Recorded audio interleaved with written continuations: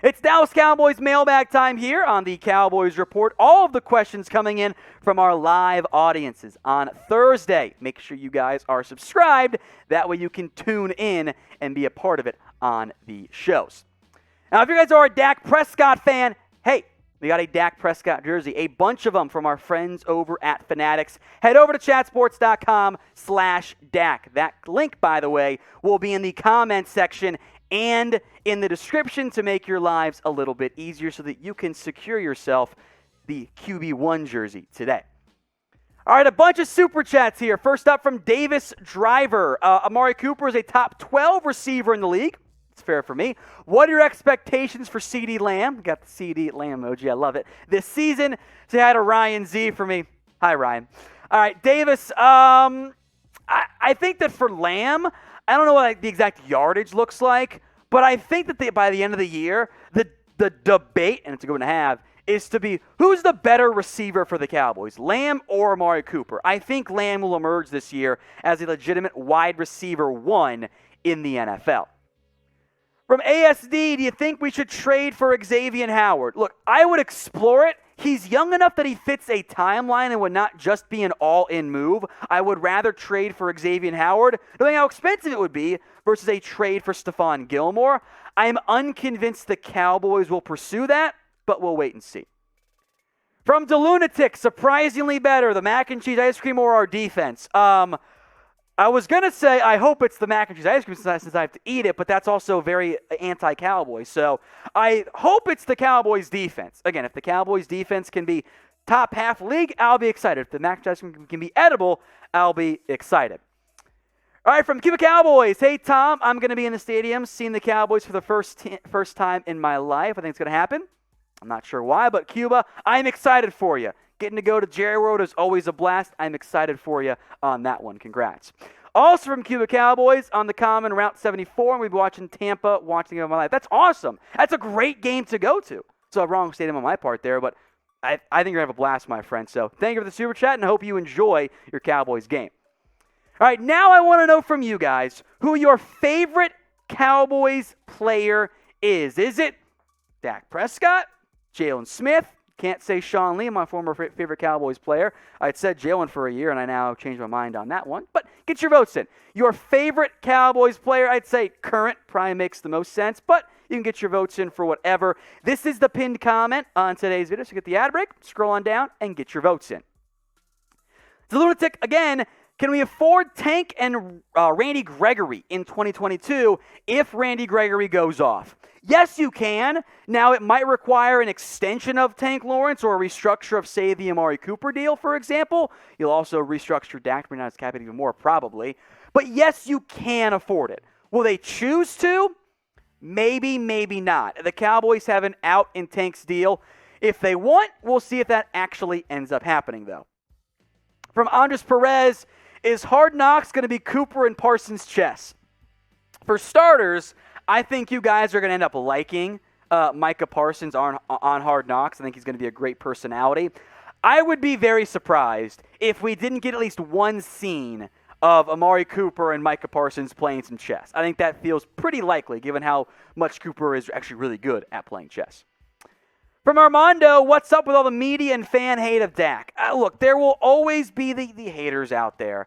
At some level, I think it boils down to he wasn't a first-round pick. I mean, we just saw the NFL tight end rankings, right? Evan Ingram, by every metric out there, was garbage. He was terrible. He couldn't catch. Evan Ingram was a terrible tight end last year.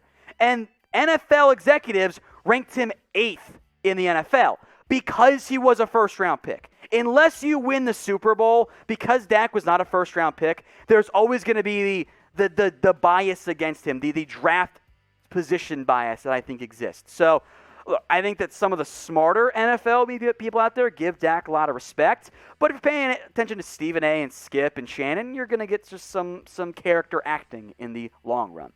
Speaking of Dak, go get yourself his jersey. They are available, a ton of different styles, the alternate versions.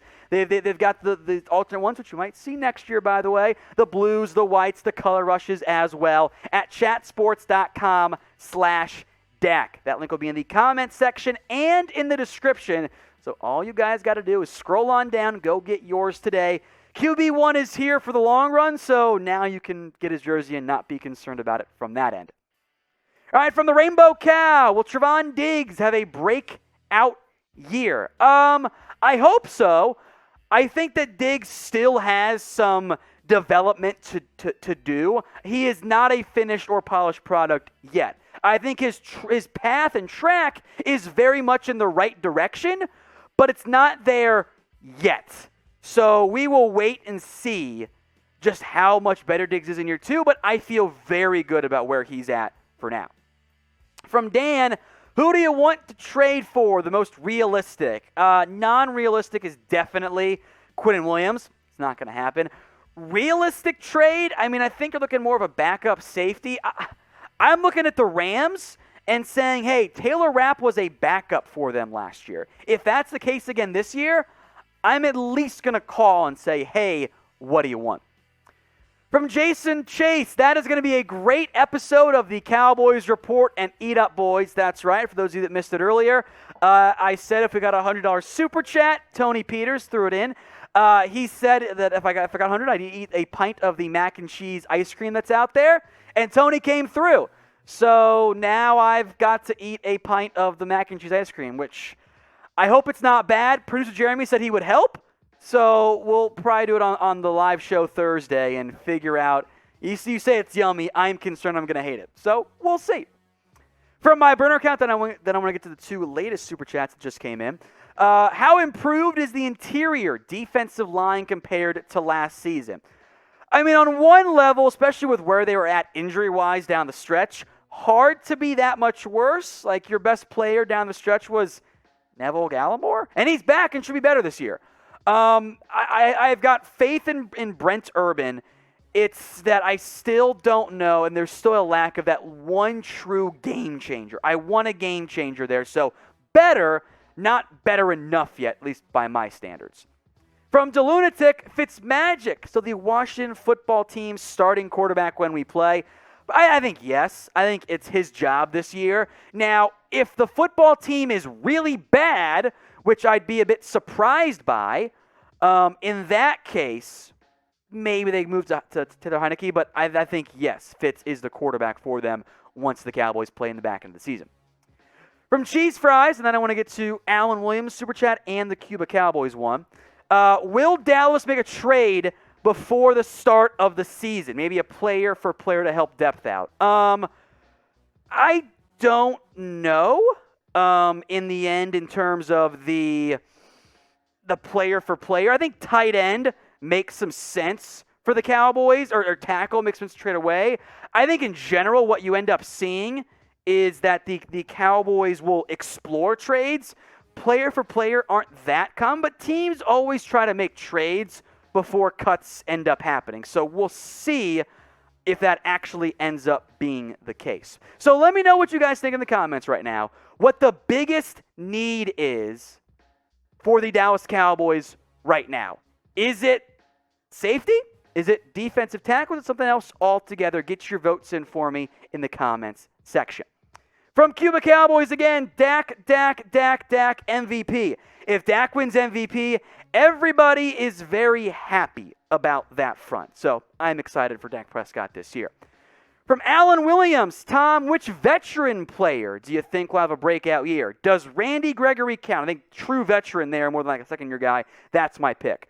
Which rookie will have an awesome year in year 1 with Dallas? It's the coward's answer, but I think Micah Parsons definitely does make the most sense on that front. So I'm going Micah and Randy Gregory of those two.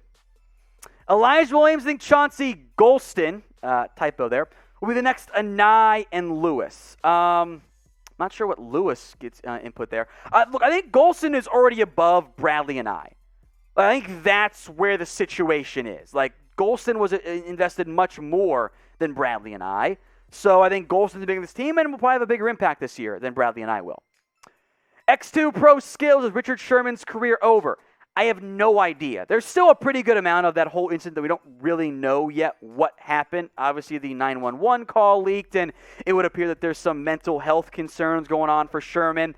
At this point, and I think this should be the mindset overall, it's a lot less about the career for Richard Sherman and more about making sure he's able to get the help that he needs. Because clearly, he does need some help right now on that front. So we'll see. I just hope everything ends up being okay for him on a personal level, more so than an NFL area. Now, if you want to be a part of these mailbag, folks, subscribe. That's the only way to get your questions on the show. So the link is below, youtube.com/CowboysTV.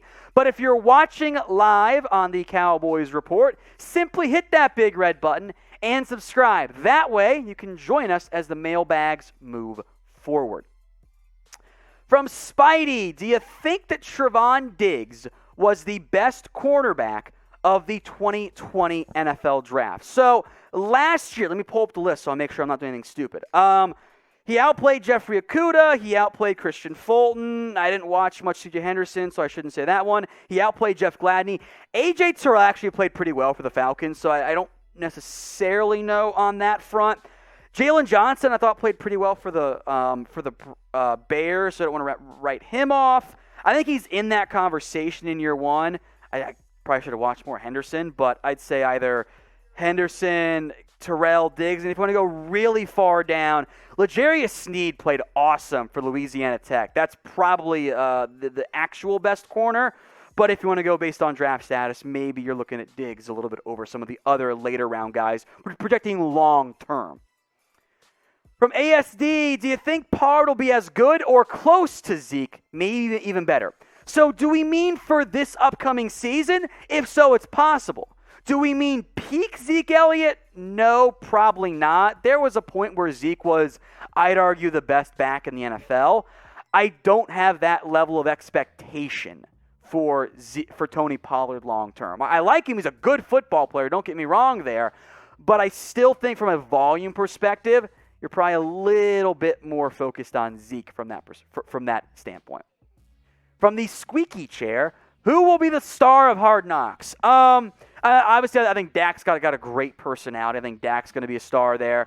I think you guys are going to really like Micah Parsons. I think that off-the-field stuff notwithstanding, and coverage abilities, whatever, I think his personality will very much shine on the Hard Knocks side of things. The defense in general doesn't have that much personality. They're a little bit more of a quiet group, tank sometimes, but I think Parsons fits that pretty well. Hopefully Kelvin Joseph on that front. And I think offensively, Dak, Zeke, Amari's really, really quiet, but CeeDee Lamb I think might be a bit more fun on that front. Speaking of Hard Knocks, how pumped are you guys for it? Rate this for me on a scale of 1 to 10. 1 being you're not pumped at all. 10 being you think it's going to be the best thing in ever. From Armando, how are you not panicking about Anthony Brown starting? I'm probably not panicking because I'm resigned to it, and also because at some point in theory, we should see Kelvin Joseph, and we should see Nashawn Wright, and hopefully Nashawn Wright too. It's not like it's just Anthony Brown on the roster. There are some young guys who will get a chance at some point for this team. It's also the fact that I'm not as low on Anthony Brown as many of you guys. Don't get me wrong. The cornerback group is not that great, but I'm more resigned to, you know what, it's not the end of the world. It's better than throwing out, Rashard Robinson like the Cowboys had to do last season.